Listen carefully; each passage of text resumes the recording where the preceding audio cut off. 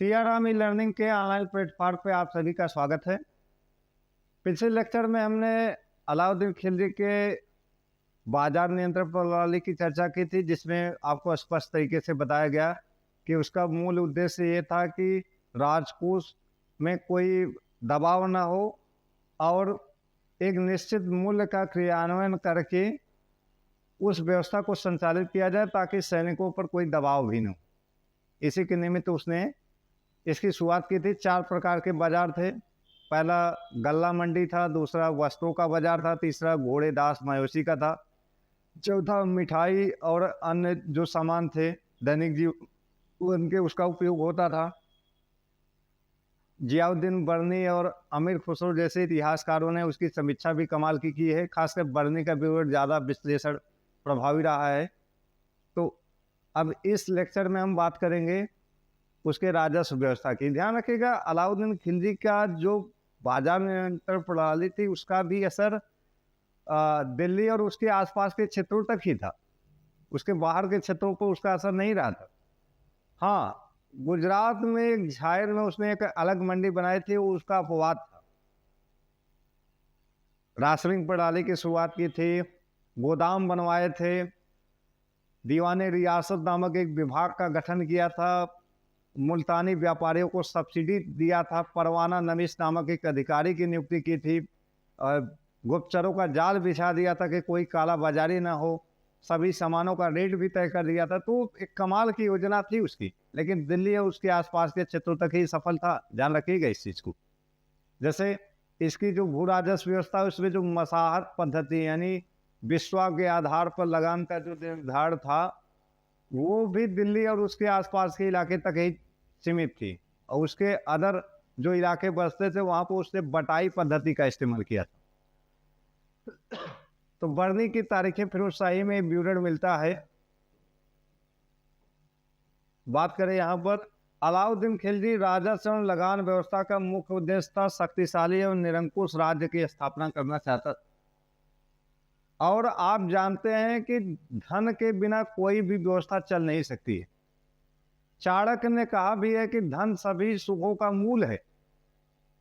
तो किसी भी व्यवस्था को चलाने के लिए आपके पास अर्थव्यवस्था आपकी मजबूत होना चाहिए।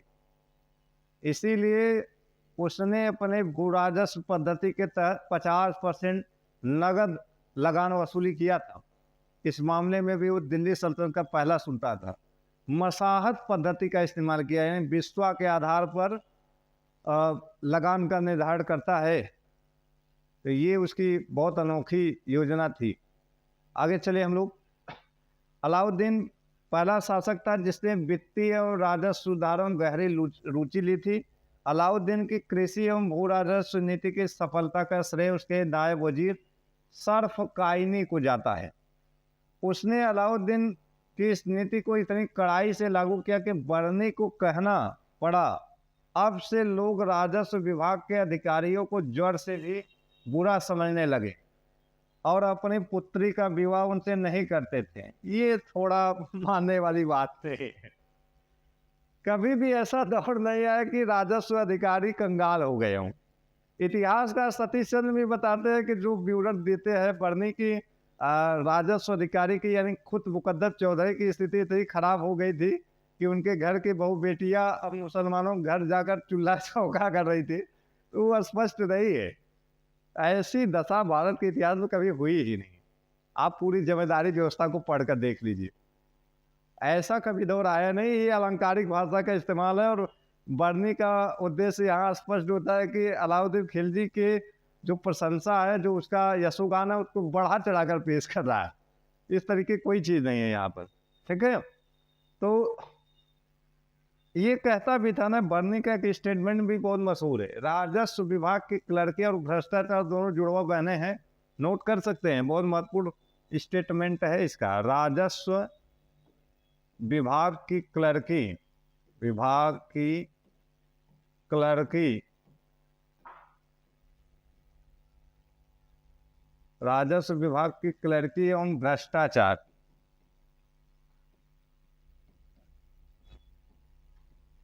दोनों जुड़वा बहने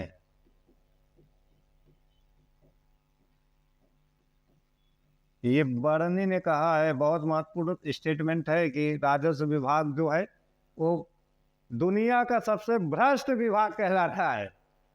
अब क्लर्क लोग तो धरती के सबसे भ्रष्ट माने जाते हैं, और खुद चाणक्य ने भी इसकी समीक्षा किया है। वो भी कहता है कि उसके दौर में जो क्लर्क थे बहुत भ्रष्ट थे। तो स्पष्ट है कि क्या कहना चाहता है बर्नी। अलाउद्दीन के द्वारा भूमि की जो पैमाइश थी उसको हम मसाहत पद्धति के नाम से जानते हैं, वास्तविक आय पर निर्धारित थी। ठीक है, यहाँ दो चीजें होती है राजस्व में, एक होता है जमा और एक होता है हासिल। जमा का मतलब होता है जो अनुमानित आय होती है, अनुमानित जो लगान होती है उसको हम जमा कहते हैं। और हासिल का मतलब है जो वास्तविक होता है। मतलब जहां पर हम अनुमान लगाएंगे वहां राजस्व स्पष्ट नहीं होगा, और जहां पर सामने रिजल्ट दिखाई देता है वो ज़्यादा सही है, यानी जो वास्तव में दिखाई देता है। जैसे गेहूं की खड़ी फसल को अनुमान लगा दिया कि 20 कुंटल निकलेगा, अब बारिश हो गई, ऐसे दौर में 5 कुंटल भी न निकले, तो वो जमा हो गया, यानी अनुमानित लगान की बात हो रही है। हासिल का मतलब है कि उसका दवाई, उसकी मड़ाई हो जाने के बाद, कटाई और मड़ाई होने के बाद जब भूसा दाना अलग हो जाता है तो स्पष्ट हो जाता है कि कितना मिला है, वो हासिल कहलाता है। ठीक है, तो जमा और हासिल की बात यहाँ हो रही है, जमा और हासिल की। बिस्वा को उसने भूमि के पैमाइश का मानक इकाई माना था। 3600 वर्ग का बिस्वा बनाया गया था। एक बीघा का 20वां जो हिस्सा उसको बिस्वा कहते हैं। आज भी गांव में वही होगा, वो नहीं होगा। 20 मतलब एक बीघा का 20वां हिस्सा की बात हो रही है, ध्यान रखिएगा। 18 कहीं कहीं आजकल कुछ लोग कह रहे हैं, लेकिन मेन मानक तो यही है, 20 बिस्वा बराबर 1 बीघा होता है। ठीक है, उपज का आधा हिस्सा लगान के रूप में लिया जाता था। इसके बाद सुल्तान द्वारा बिचौलिए वर्ग तक भी सब पर भूमि कर के एक समान दर लगाया था। जो बिचौलिए थे उन पर भी यही दर लगाया था। यानी उपज का जो आधा हिस्सा है उसका मतलब 50% नगद लेता था। इस मामले में भी वो प्रथम सुल्तान था। इस मामले में भी वो पहला सुल्तान था, अलाउद्दीन खिलजी। स्क्रीनशॉट लेना तो ले सकते हैं, एक बार ले लीजिए आप सभी लोग स्क्रीनशॉट, बहुत महत्वपूर्ण टॉपिक है। अब चले हम अगले पॉइंट की तरफ। यहाँ पर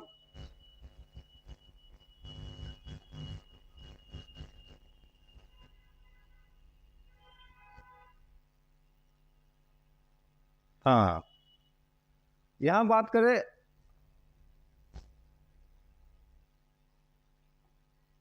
अलाउद्दीन ने सर्वप्रथम समस्त भूमि अनुदानों को वापस ले लिया और अमीर वर्ग, शासकीय कर्मचारियों, विद्वानों, धर्मशास्त्रियों के पास राज्य की ओर से जो दी गई भेंट, अनुदान या राजस्व के रूप में जो था उसको उसने वापस ले लिया था। यहाँ ये कौन सी भूमि थी, इनको हम इनाम,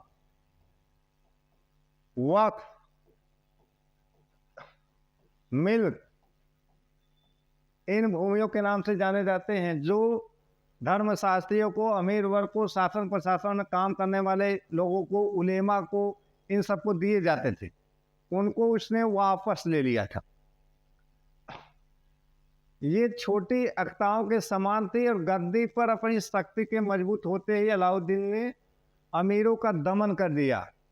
अलाउद्दीन ने आदेश दिया कि सारी भू संपत्ति, ग्राम और अन्य भूमि जो लोगों के पास मिल्क, इनाम, वक्फ के रूप में है, वापस ले ली जाए और उसे खालसा भूमि में तब्दील की जाए, यानी ये राजकीय भूमि में, यानी इसको अब सुल्तान के प्रत्यक्ष नियंत्रण में ले जाने की बात हो रही है। ठीक है, अलाउद्दीन ने ग्राम के मुखिया, यानी जो खुद मुकद्दम चौधरी कहलाते थे, साधारण किसान, बलाहार जिनको कहा जाता था, संबंधित आदेश जारी किए कि खुद मुकद्दम और चौधरी के जो विशेषाधिकार है वो छीन लिए जाए इनसे। और ये विशेषाधिकार क्या थे? एक था हकूक ए खोती, हकूक ए हकूक ए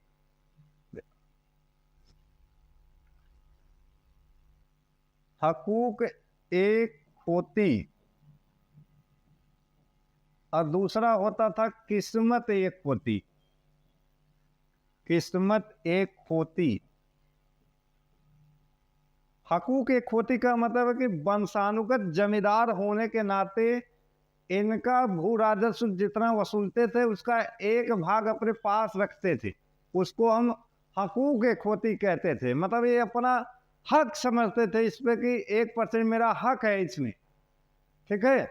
और दूसरा किस्मत एक खोती का मतलब है कि अगर इनके यहाँ बरही वरही पड़ गई है, तीज त्योहार है, तो उसके लिए कुछ विशेष कर वसूलते थे जिससे इनका व्यवस्था बढ़िया से चल सके, उसको हम किस्मत एक खोती कहते हैं, मतलब जो किस्मत से मिल जाए, ठीक है।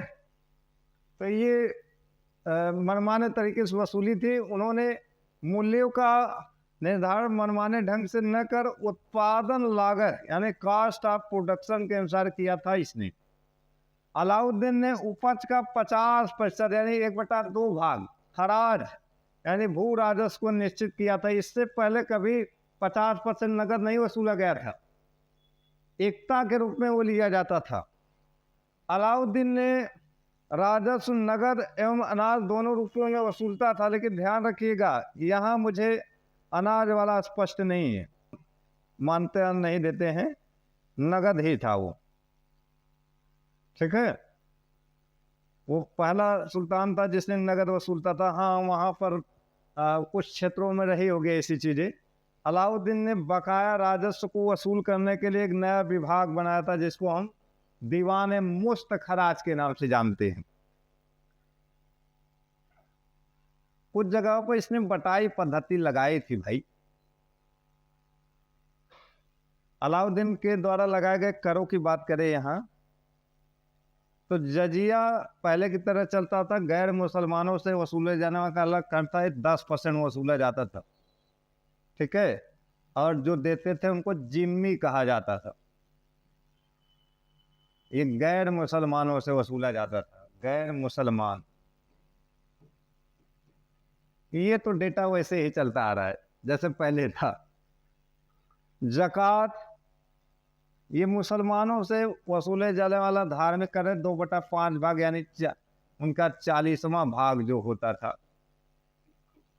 वो वसूले, 25% वसूले जाते रहे होंगे, ठीक है। ये हज सब्सिडी, हज वगैरह के लिए मकतब मदरसे बनाने के लिए खर्च होते थे, और जो मुस्लिम संत होते थे उनको भी जो पेंशन दी जाती थी उसके लिए काम आता था। चराई कर, दिल्ली सल्तनत का पहला सुल्तान था, घरी और चराई कर वसूला था इसने, दिल्ली सल्तनत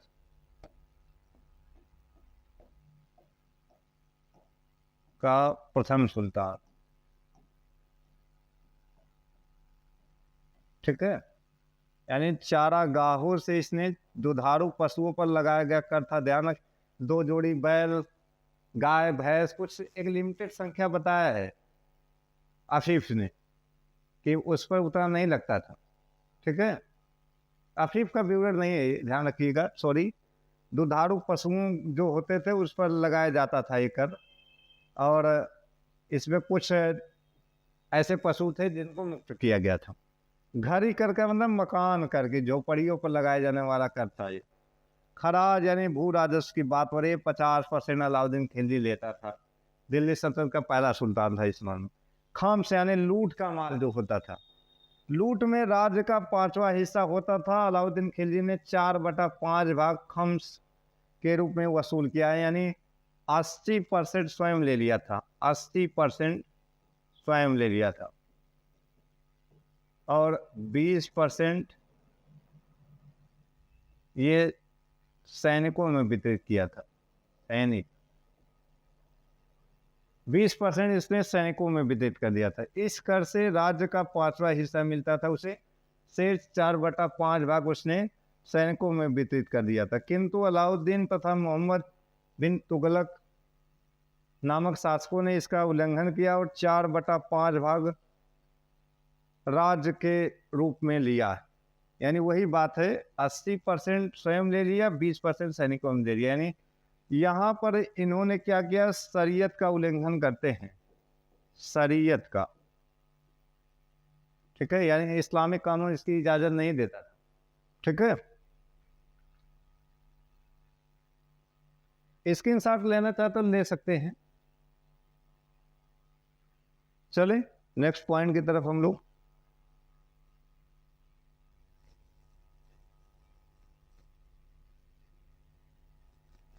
हाँ, खालसा भूमि के जो क्षेत्र थे उसे लगान राज्य द्वारा वसूल किया जाने लगा था। अलाउद्दीन ने न तो मुक्ता प्रथा समाप्त की थी और न ही कुती प्रथा, यानी जमींदारों पर कोई बड़ा नियंत्रण स्थापित नहीं किया था। जो राजस्व वसूली करते थे उनका पूरी तरह दमन नहीं किया गया। मतलब ये नहीं था कि उनसे राजस्व वसूली का अधिकार नहीं छीना गया था, क्योंकि वो वंशानुगत जमींदार थे।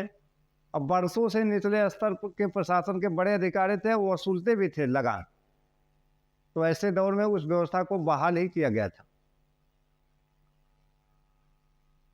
उसने भूस्वामियों के विशेषाधिकार को समाप्त कर दिया था।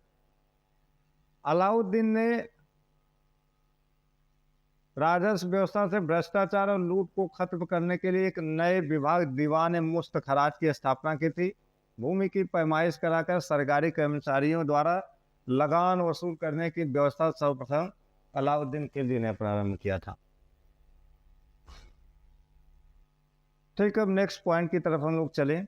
आज के लेक्चर में इन्हीं सब बिंदुओं की बात करते हैं। अब नेक्स्ट लेक्चर में अलाउद्दीन खिलजी के द्वारा जो बनाए गए स्थापत्य के कला के नमूने हैं उसकी चर्चा हम करेंगे, ठीक है।